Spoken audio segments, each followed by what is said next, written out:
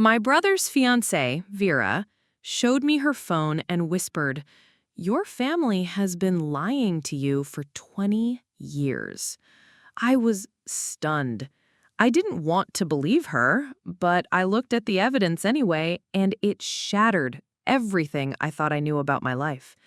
When I found out what they'd been hiding, I realized my entire identity was built on a lie that everyone around me had agreed to keep. It was supposed to be a simple brunch on that crisp October morning in Maple Ridge. Just me, my brother Caleb, and his fiancée Vera at Rosemary's Corner, that quaint little cafe tucked between the antique shop and the florist on Elm Street. You know the type of place. Exposed to brick walls, mismatched vintage chairs, chalkboard menus written in that perfectly imperfect cursive that takes someone 3 hours to make look effortless. They serve $12 avocado toast, and everyone pretends the tiny portion sizes are European-inspired, rather than just overpriced. I was actually looking forward to it, which should have been my first red flag.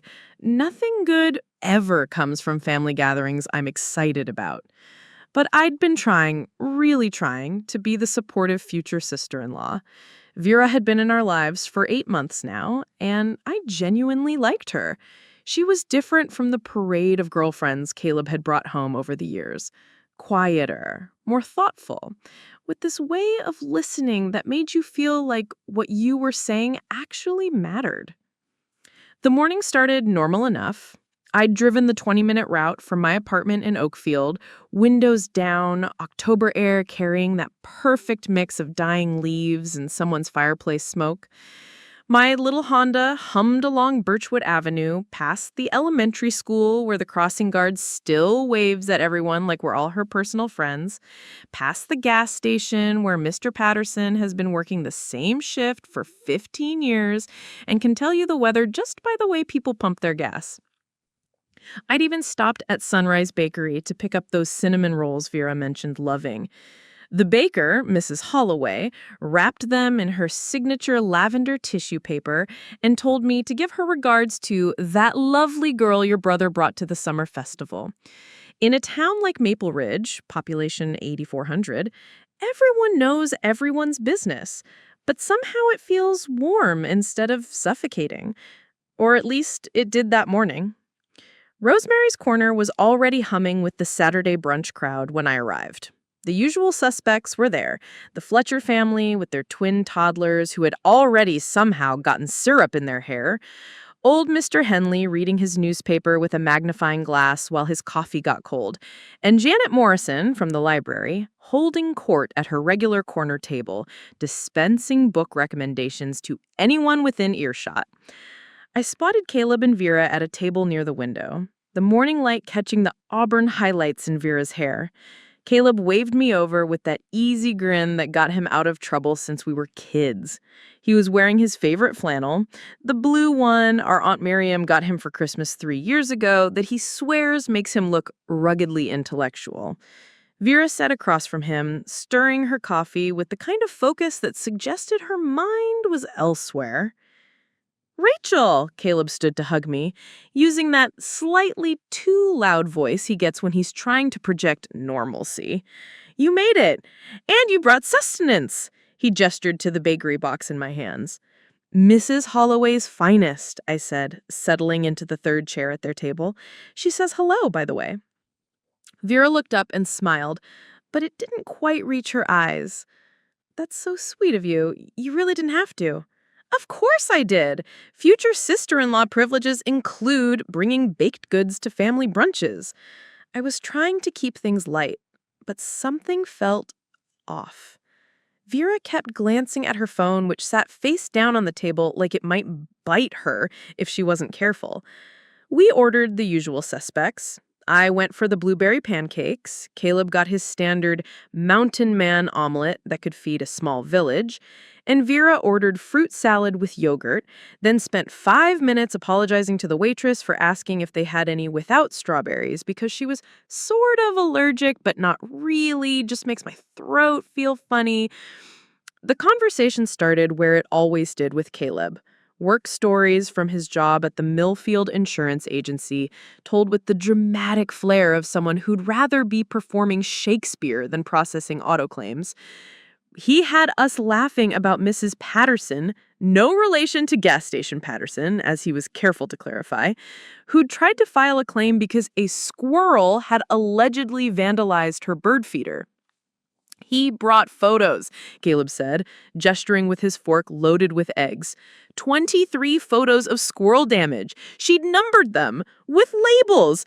Exhibit A, initial point of entry. Exhibit B, structural integrity compromise.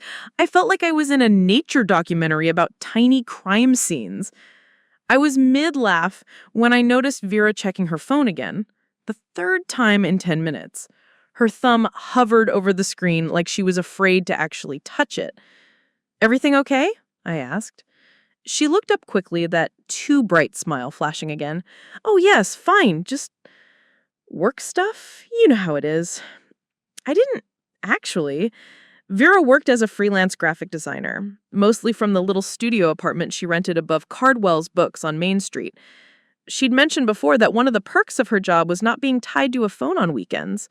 But I let it slide. Caleb was already launching into another story, something about his coworker Derek and a filing cabinet mishap, when our food arrived. The waitress, Jenny, who'd been working at Rosemary since I was in high school and still remembered how I liked my eggs, set down our plates with the kind of efficiency that comes from 20 years of Saturday morning rushes. "Anything else I can get you folks?" she asked, already eyeing the table behind us where someone was trying to flag her down. "We're perfect, thanks, Jenny," Caleb said, already attacking his omelet. But we weren't perfect. As I cut into my pancakes, I kept stealing glances at Vera. She was pushing fruit around her bowl like she was rearranging furniture, and every few minutes her eyes would dart to her phone. Her jaw was tight in a way I'd never seen before, and there was something in her posture, shoulders slightly hunched, like she was bracing for impact. I'd gotten to know Vera pretty well over the 8 months she'd been with Caleb. She had this calm, steady energy that balanced out my brother's sometimes manic enthusiasm. She was the one who remembered to bring a sweater to outdoor concerts because she knew the temperature would drop. She was the one who quietly picked up trash other people left at picnic tables. She was the one who listened to our dad's rambling stories about his garden with genuine interest, asking follow-up questions that made his whole face light up. This jittery, distracted version sitting across from me was someone I didn't recognize. "So, how are the wedding plans coming? Last time I talked to you, were trying to decide between the Riverside Pavilion and that place out in Millbuck." Vera's fork clinked against her bowl a little too loudly. "Oh, we're still figuring things out, lots of details to work through." Caleb reached over and squeezed her hand. "We've got time. No rush, right, babe?" She nodded, but something flickered across her face. Too quick for me to catch, but there and gone like a cloud passing over the sun. The conversation drifted to safer topics. Mom's new obsession with container gardening, Dad's ongoing battle with the neighbor's fence that might or might not be 6 inches over the property line, my job at the Millfield Public Library where I'd recently implemented a new system for tracking overdue books that had reduced late returns by 30%, a victory I was perhaps more proud of than the situation warranted. But even as we talked about normal, everyday things, that undercurrent of tension remained. Vera kept checking her phone. Caleb kept filling silences a little too quickly, like he was afraid of what might come out if no one was talking. And I kept feeling like I was watching a play where I'd missed the first act and couldn't quite follow the plot. It was when Caleb excused himself to use the bathroom that everything changed. The moment he disappeared around the corner toward the restrooms, Vera's carefully maintained composure cracked. She leaned forward, her voice dropping to barely above a whisper. "Rachel, I need to show you something." The way she said my name made something cold settle in my stomach. Not, "Hey, Rachel," or, "Oh, Rachel," but Rachel. Like she was delivering news that would change everything. "What is it?" I asked, matching her whisper without thinking. She glanced toward the bathroom, then back at me, her hands trembling slightly as she picked up her phone. I wasn't sure if I should. I mean, it's not really my place to, but Vera, you're scaring me. She took a shaky breath, unlocked her phone with fingers that were definitely shaking now, and began scrolling through what looked like old messages or emails. Your family has been lying to you for 20 years. I laughed, actually laughed, out loud, the kind of sharp, automatic sound you make when someone says something so absurd your brain needs a moment to process it. A few people at nearby tables glanced over, and I lowered my voice. What are you talking about? Lying about what? Vera didn't laugh. She didn't even smile. Her face was serious in a way I'd never seen before, like when you're walking downstairs in the dark and expect one more step than there actually is. I found something. Actually, multiple things.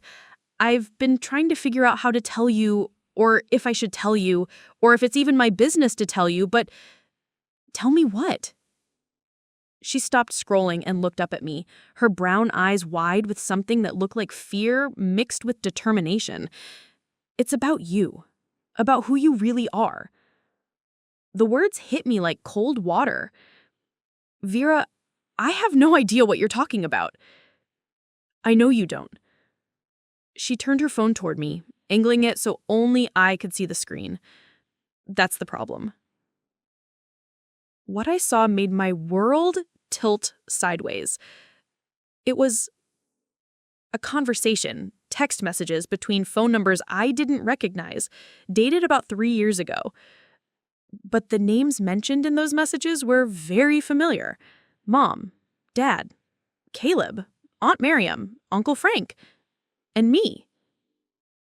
But the things they were saying about me, about my past, about things I supposedly didn't know, I stared at the screen, reading the messages over and over, waiting for them to make sense, waiting for this to be some kind of misunderstanding or joke or technical glitch that was showing me someone else's private conversations. But the more I read, the more certain I became that these were real messages about real people, about my real family, about me. And what they revealed was impossible. Completely, utterly impossible. Except that it explained everything. Every weird comment I'd never understood. Every time family conversations stopped when I walked into the room. Every photo where I looked different from everyone else, where the timing seemed slightly off, or someone's expression looked forced or worried. Every time I'd asked questions about my early childhood and gotten vague, contradictory answers. Every time I'd wondered why I didn't remember certain things that everyone else seemed to remember clearly. This can't be real, I whispered. But even as I said it, I knew it was. The details were too specific, too consistent with things I'd wondered about but never had words for. Vera was watching me carefully, her own eyes filling with tears. I'm so sorry, Rachel. I found this by accident when I was helping Caleb organize his old phone backups. He'd forgotten they were there, and I don't think he realized I could see them. But once I started reading... She trailed off, and we sat in silence while the normal sounds of Rosemary's Corner continued around us. Clinking silverware, muffled conversations, the espresso machine hissing, Jenny calling out, "Order up," from behind the counter. Everything was exactly the same as it had been 5 minutes ago, except that my entire understanding of my own life had just been turned inside out. How long have you known? I asked. 3 weeks, she said quietly. I've been trying to figure out what to do, whether to tell you, whether to talk to Caleb first, whether it was my place at all.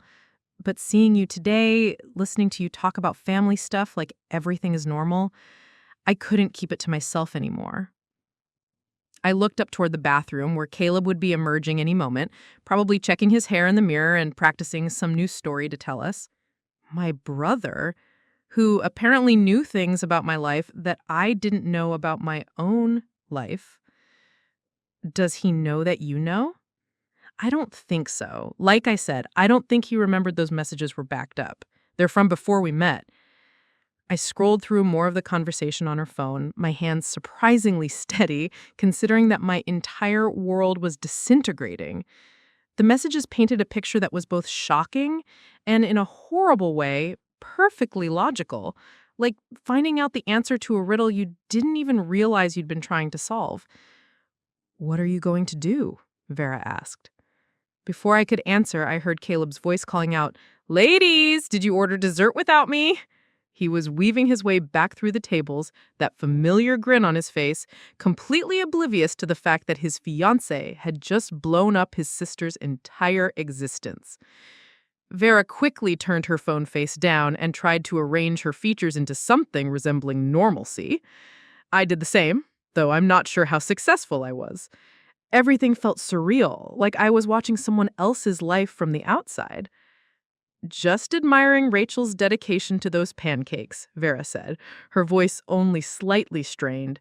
"I think she's eaten maybe 2 bites?" Caleb slid back into his chair and looked at my barely touched plate. "Not up to Rosemary's usual standards?" "No, they're great," I managed. "I'm just not as hungry as I thought." He studied my face for a moment, and I wondered if he could see it, the knowledge that was now sitting between us like a live wire. But if he noticed anything, he didn't say so. "Well, more for me then," he said, already eyeing my abandoned pancakes. "Mind if I go for it?" As I watched my brother finish my breakfast, chatting casually about his plans for the rest of the weekend, I felt like I was looking at a stranger. This person who'd been part of every major memory I had, this person I trusted completely, who I'd never imagined could keep secrets from me, this person who apparently knew exactly who I really was, while I'd been living as someone else entirely. The rest of brunch passed in a blur of forced normalcy. Caleb told more work stories. Vera asked polite questions about my library projects. I nodded and laughed at appropriate moments while my mind raced through 24 years of memories, looking for clues I'd missed. When Jenny brought the check, I reached for my wallet automatically, but my hands were shaking enough that I dropped it. Caleb bent to pick it up. "You okay, sis? You seem a little off today." "Just tired," I said.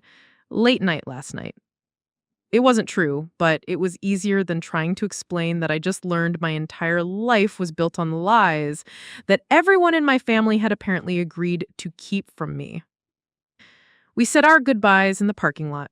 Caleb hugged me with his usual enthusiasm, holding on just a beat longer than normal. "Love you, Rachel. Drive safe, okay?" "Love you too," I said, automatically, the words feeling strange in my mouth. Did I still love him? Could you love someone who had been lying to you your entire life? Could you love someone when you suddenly weren't sure if the person you thought you'd been loving actually existed? Vera hugged me too, whispering quickly in my ear, "I'll call you later, when you're ready to talk." I nodded, not trusting myself to speak. I sat in my car in the Rosemary Corner parking lot for a long time after they drove away, staring at nothing, trying to process what I'd learned. Trying to figure out what it meant for everything I thought I knew about myself, my family, my entire history. People walked past my windows, other families finishing their Saturday morning brunches, couples holding hands, kids begging for ice cream even though it was barely noon. Normal people living normal lives built on normal truths. I envied them. The messages on Vera's phone kept replaying like a broken record, the casual way my family had discussed me in those texts, like I was some kind of project they were all managing together. The references to things that had happened before Rachel knew and decisions made to protect Rachel from the truth, the careful coordination of stories, the reminder to keep it consistent when I asked questions about my early years. And then there was the photo, the one attached to a message from 3 years ago, sent from my mother's number to what looked like Aunt Miriam's phone. A photo I'd never seen before, of a little girl who looked exactly like me, but standing with people I didn't recognize in front of a house I'd never lived in. The timestamp showed it was taken when I would have been about 4 years old. The message below it had been simple and devastating. "Found this in the old album. Thank God she doesn't remember any of this. We made the right choice. What choice? Remember what? Who were those people? Where was that house? My hands were shaking as I finally turned the key in the ignition. The drive home to my apartment in Oakfield had never felt so long. Every street corner seemed to hold questions now. Had I really learned to ride a bike in Willow Park? Or was that another carefully constructed story? Did I actually break my arm falling out of the oak tree in our backyard when I was 7? Or was that covering for something else entirely? The more I thought about it, the more holes I found in my own memories. Not big, obvious gaps, but little inconsistencies that I'd always attributed to the normal haziness of childhood recollection.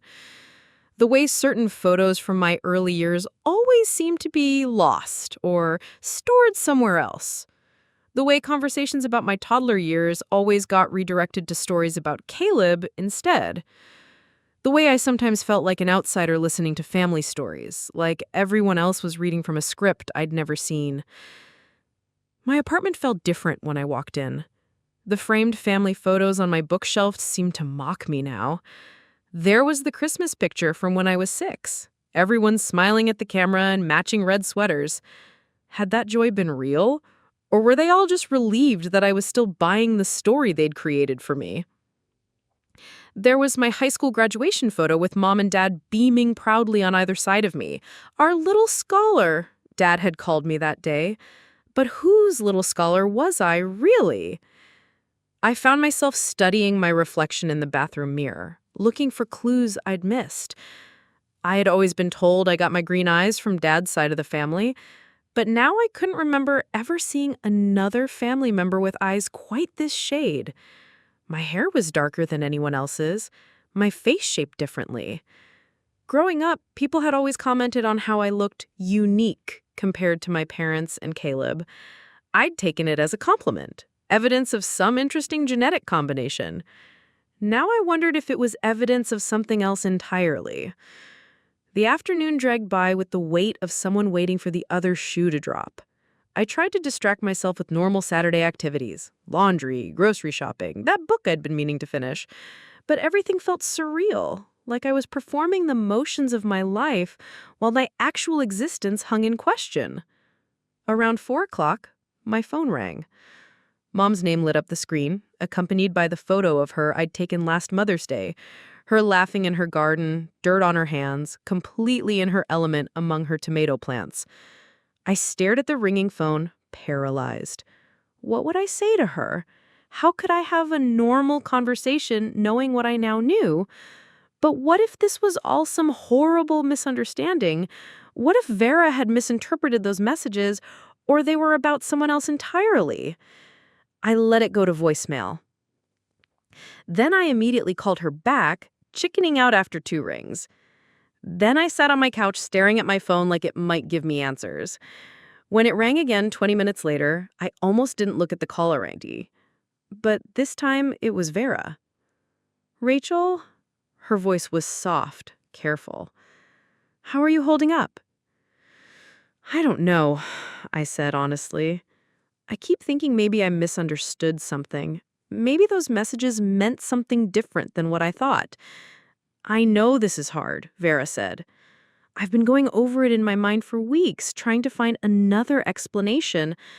But Rachel, there were more messages, and not just text messages." My heart sank. "What do you mean?" "Email chains, going back years, and there's a voicemail recording from about 5 years ago. Your mom left it on your dad's phone by accident, I think. She was talking to someone about making sure Rachel never finds out about Westbrook." Westbrook? The name meant nothing to me, but saying it out loud made something twist in my stomach. "It's a town about 2 hours north of here. I looked it up after I heard the message. Small place, population maybe 3,000. But Rachel, I think that's where you're from, originally." The room started to spin slightly. I sat down hard on my couch, gripping the phone. "That's impossible," I said. "I was born at Millfield General Hospital. I've seen my birth certificate. Have you? Vera asked gently. Or have you seen a birth certificate? The question hit me like ice water. Had I actually seen my birth certificate? I remember references to it, conversations about it, the way it was mentioned casually in family discussions about paperwork and documents.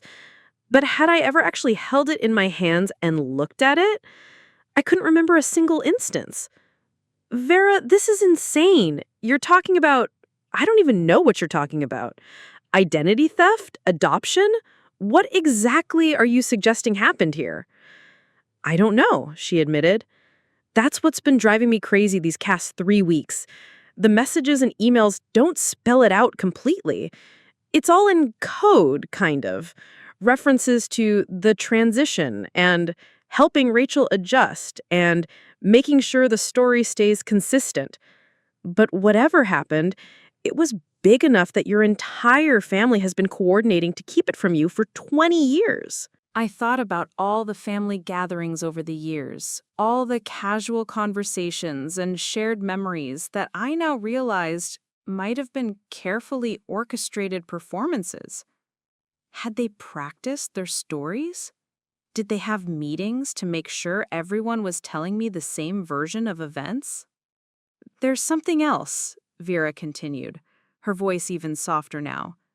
I found a phone number in one of the old message threads. Someone they were apparently in contact with early on. Someone who knew about whatever this is. The number's still active. You called it? I asked, though I wasn't sure I wanted to know the answer. No. I thought if anyone was going to make that call, it should be you.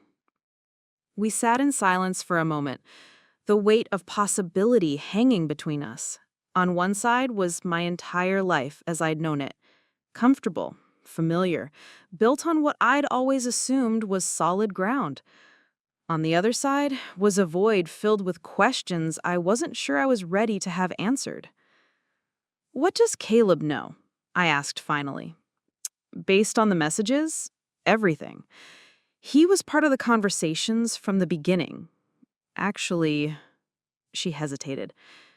Actually, he might have been the one who suggested some of the story details you've been told over the years. There are messages where he's helping craft explanations for things you'd asked about. My brother.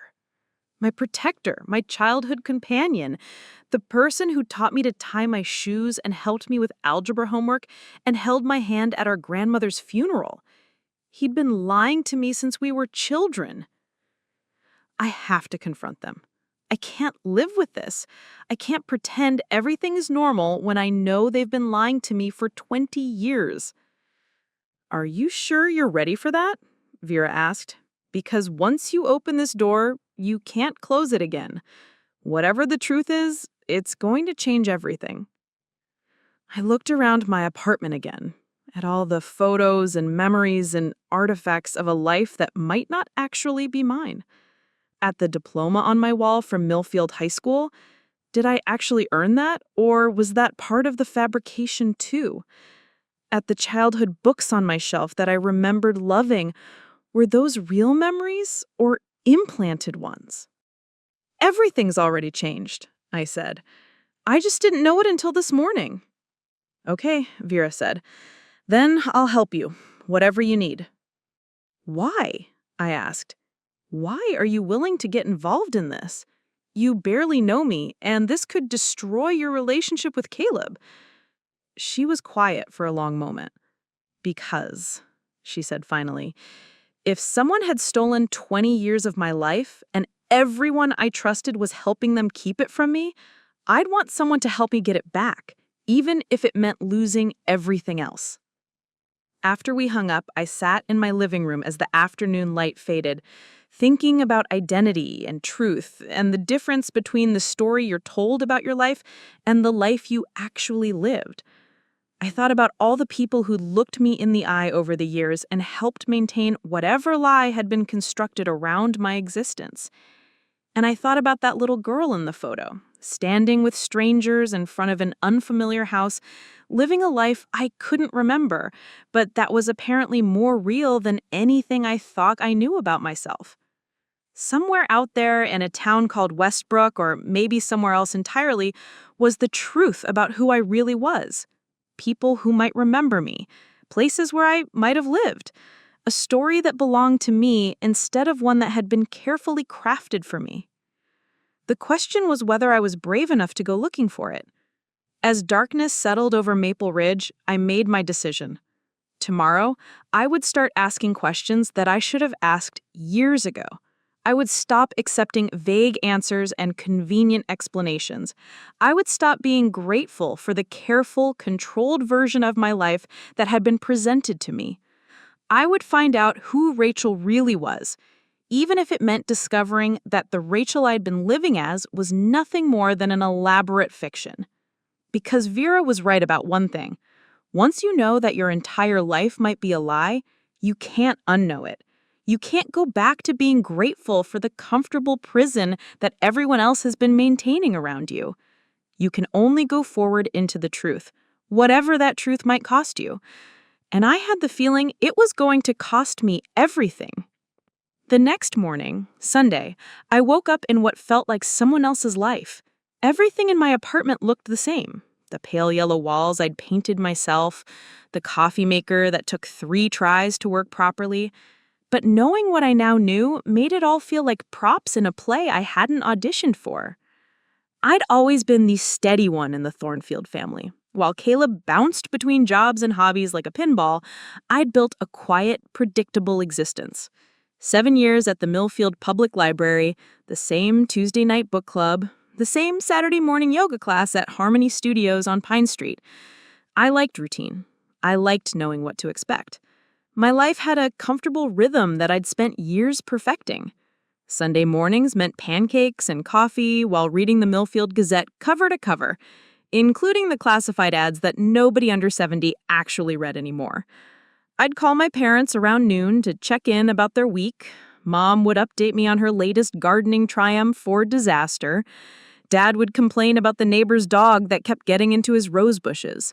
And we'd make plans for our monthly family dinner. It was predictable in the best way possible. Safe. Boring, maybe. But I'd never minded boring. Growing up in Maple Ridge had been like that too. A comfortable, uncomplicated, or house on Sycamore Lane was the kind of place where everyone knew everyone else's business. But in a caring way rather than a gossipy one. Mrs. Henderson next door still brought over casseroles when anyone got sick. Mr. Peterson across the street snowblowed everyone's driveways without being asked. The mailman Tommy knew everyone's names and asked about their kids. I'd had what most people would call an ideal childhood, loving parents who showed up to every school play and soccer game. A big brother who protected me from bullies and taught me how to throw a curveball. Summer vacations at Lake Donovan where Dad would rent the same cabin every year and Mom would pack enough sandwiches to feed a small army. Christmas mornings that felt like movie scenes, complete with matching pajamas and too many cookies for breakfast. My parents, Harold and Shauna Thornfield, were the kind of people who still brought pies to new neighbors and remembered everyone's birthdays. Dad worked for 30 years at the paper mill before retiring to focus full-time on his garden and his workshop projects. Mom taught 4th grade at Riverside Elementary until she decided staying home with her grandchildren would be more fulfilling than lesson plans and parent conferences. They were good people. Salt of the earth, as Dad's father used to say. They raised their children to be honest, hardworking, and kind. They volunteered at the church food drive, donated blood every 3 months, and never missed voting in any election. No matter how small. This was the family that had apparently been lying to me for 20 years. These people who'd taught me that honesty was the most important value, who'd grounded me for a week when I was 12 for lying about finishing my homework. The contradiction was making my head spin. But this morning, sitting in my kitchen with my usual Sunday coffee, I couldn't pretend anymore that everything was normal. Because nothing was normal, and it might never be normal again. Up next, you've got 2 more standout stories right on your screen. If this one hit the mark, you won't want to pass these up. Just click and check them out, and don't forget to subscribe and turn on the notification bell so you don't miss any upload from us.